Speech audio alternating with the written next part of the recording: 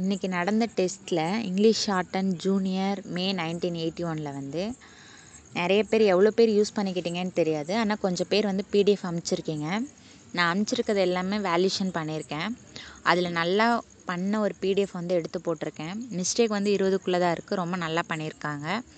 நல்லா எழுதலைனாலும் பரவாயில்ல, கண்டினியூஸாக எழுதிக்கிட்டே இருந்திங்கன்னா தான் வரும். எந்த அளவுக்கு நம்ம ப்ராக்டிஸ் பண்ணுறோமோ அந்தளவுக்கு நம்ம எக்ஸாமில் வந்து நல்லா எழுத முடியும். ஆரம்பத்தில் எழுதும்போது டைம் எடுக்குதே அப்படின்னு வந்து எதுவும் எழுதுறத வந்து விட்டுறாதீங்க. டைம் ஆனாலும் பரவாயில்ல, எவ்வளோ நேரம் ஆனாலும் பரவாயில்ல, தொடர்ந்து எழுதிக்கிட்டே இருங்க.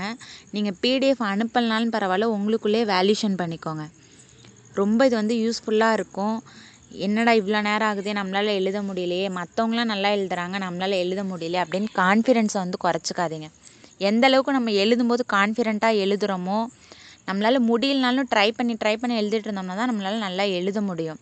ஷார்ட் அண்ட் வந்து ஒரு மராத்தான் போட்டி மாதிரி தான். எடுத்தோடனே ஃபாஸ்ட்டாக ஒன்றும் பண்ண முடியாது. கொஞ்சம் கொஞ்சமாக தான் அதை பண்ண முடியும்.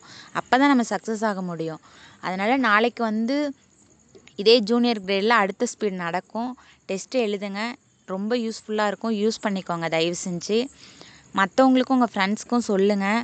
இது எந்த அளவுக்கு நம்ம எழுதுகிறோம் அப்படின்னா, கிட்டத்தட்ட நம்ம ஒரு கோச்சிங் இன்ஸ்டியூட் போய் எழுதுகிற அளவுக்கு நமக்கு வந்து இந்த கோச்சிங் வந்து இதில் கிடைக்கும்.